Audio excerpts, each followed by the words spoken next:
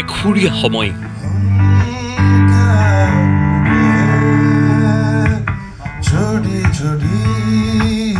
শান্ত পৰিৱেশত সংগীতৰ মায়াজালত পাপন প্ৰকৃতিৰ নিৰ্ভেলী পৰিৱেশৰ মাজত ৰসাল আড্ডা তোমালোকে যিহেতু ইয়ালৈ আহিছা এটা আশা কৰি যে কিবা অকমান মই যেটো কৰি আছো তাতকে বেলেগ কিবা শুনিব পাম নেকি বাকি জানাটো তোমালোকে সবেই এয়া লুইতৰ পাৰৰ গুৰুগৃহৰ পৰিৱেশ এখন গ্ৰাউণ্ড তৈয়াৰ কৰিব লাগিব যে সি গৈ ধুনীয়াকৈ তাত বহি যায়গে পাপন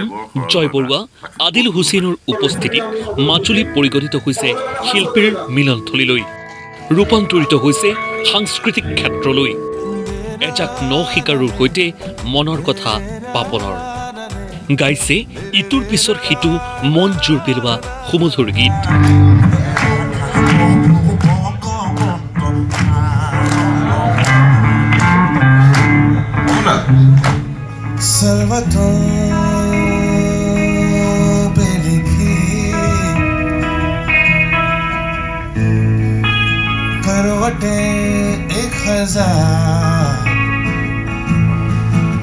লুইতৰ পাৰৰ টেকাচাঙৰ বুকুচাত অনুষ্ঠিত হৈছে মনগীত ফেষ্টিভেল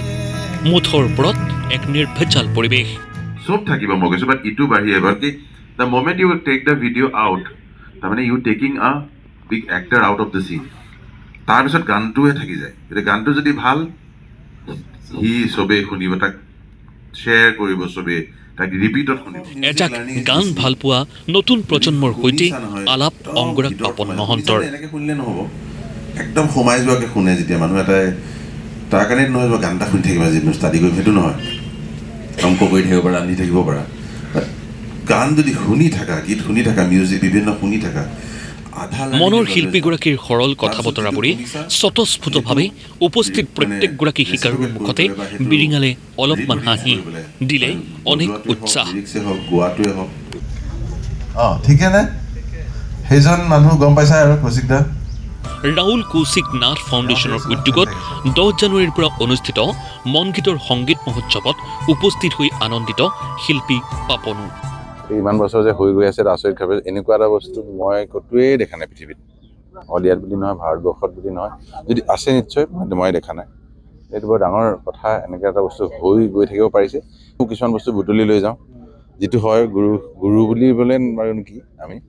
যিখিনি ইয়াতে গুৰু শিষ্যৰ ৰূপ লৈছে আমি মিলি তাত দুই ফালৰ হৈছে তেওঁলোকেও খুব বেছি আনন্দিত হৈছে আমিও আনন্দিত হৈছোঁ তেওঁলোকে বহুত লাভ কৰিছে আমাৰো লাভ হৈছে এই পদক্ষেপত অংশ ল'লে শিল্পী মৈত্ৰী পাটৰ কল্যাণ বৰুৱায়ো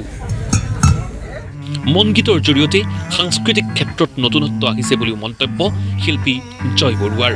মনগীতৰ পৰা লাহে লাহে ডাঙৰ চেঞ্জ হৈ গৈছে গোটেই মিউজিকৰ হেৰিটো মানুহৰ চিন্তাধাৰা হেৰি এতিয়া আছে ধ্ৰুৱদা আহিলে আদিল আহিলে পাপন আমাৰ কাৰণেও এটা সাংঘাতিক এটা experience in terms of again learning enlightenment তাতে মাজুলীত